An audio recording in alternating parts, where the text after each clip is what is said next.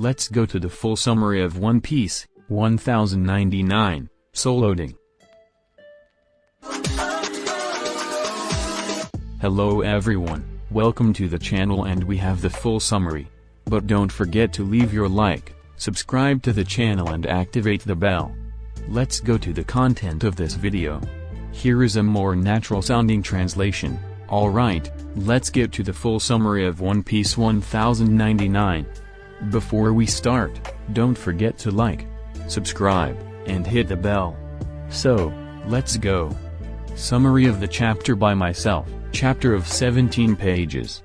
This week chapter is 100% finished. Chapter 1099, Pacifist Reader Request. In the cover, 3 tanukis are setting on Oden's hair. Chapter starts where last one ended. King Bikari heard news about what the king of Goa Kingdom did there, burn down the great terminal. So he's doing now the same in Sorbet Kingdom, burning down villages and shooting people who protest. Kuma couldn't stand it anymore, so he destroyed the palace and defeated King Bikari. This event was later called One-Man Revolution of Sorbet. Short after that, in marriage-wise, Saint Saturn heard news that there's a new king at Sorbet Kingdom. Kuma couldn't refuse the people's demand, so he became the king of Sorbet Kingdom. However, he still lived in the church, and the one who actually run Sorbet Kingdom was King Bulldog, who was the king of 2 generations ago. One day, Bonnie ate the Tashi no Mi by accident. We can't see when she ate it or why the fruit was in Sorbet Kingdom, and turned into her adult form, the same form that she uses in the present. Everyone was shocked thinking she was Ginny.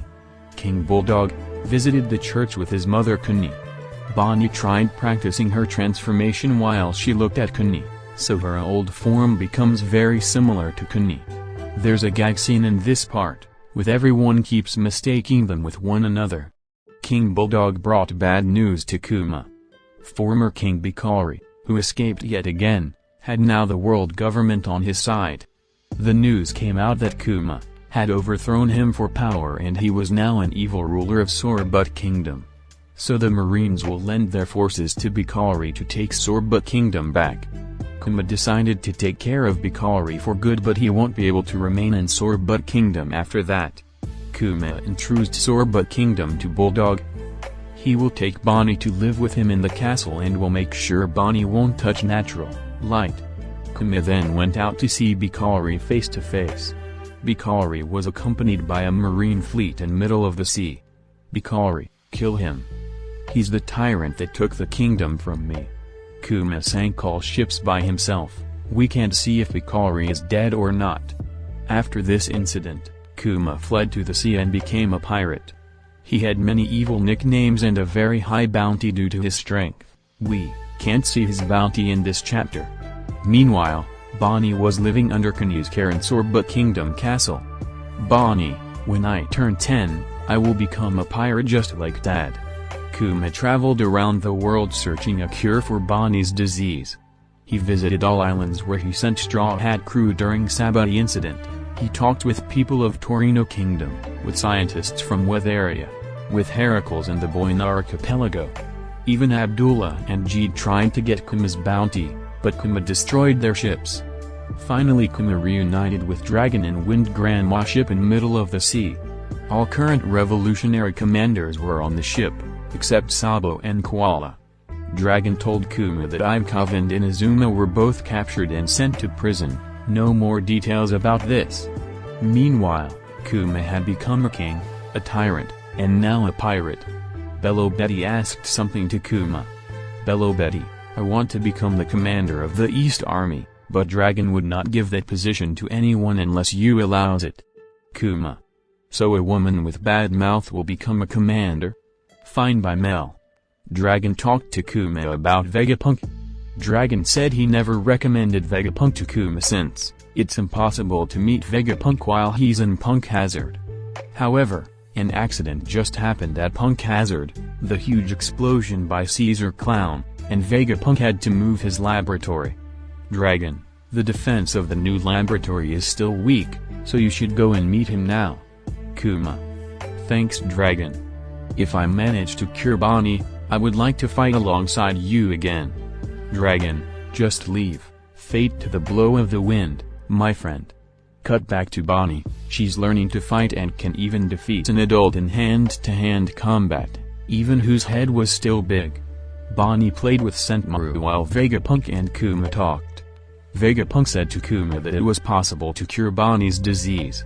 He will use a new technology of cell transplanted that wasn't used yet in any regular hospital, but the cost will be very high, just like creating a cyborg.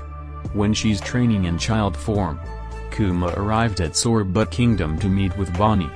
23 Kuma brought Bonnie in a box to Egghead Island, which was still a winter island. They meet Vegapunk. Vegapunk tested Kuma's blood and was shocked when he discovered Kuma was a buccaneer. Vegapunk asked why Kuma came to meet a government man like him. Kuma said he trusts Dragon. Kuma asked Vegapunk how was his blood different from human blood. Vegapunk said there wasn't enough samples to come up with clear explanation. Vegapunk, Kuma. Become a host of the clone army I'm planning to create and I will cure Bonnie for free. Kuma, I will accept any condition for Bonnie. But what your clones will do? Vegapunk, they will become Marines. I will make them shoot laser beams to defeat evil pirates, and have strong bodies to be used as shield for innocent people. Cut to Mary Joyce. We can see that Saint Saturn is actually listening their entire conversation. Saturn, that Vegapunk has no idea how to utilize this chance. I have another idea. Back to Egghead Island, Kuma and Vegapunk are still talking. Kuma, at first I planned to accept any condition, even if you've been a demon. But if your clones can save the lives of people, maybe this is the purpose why I was born. Vegapunk, you are such a saint. Vegapunk, I like that word. Kuma, no, I am just a pacifista. Let's use it to call the warriors of the future that we will create. End of chapter.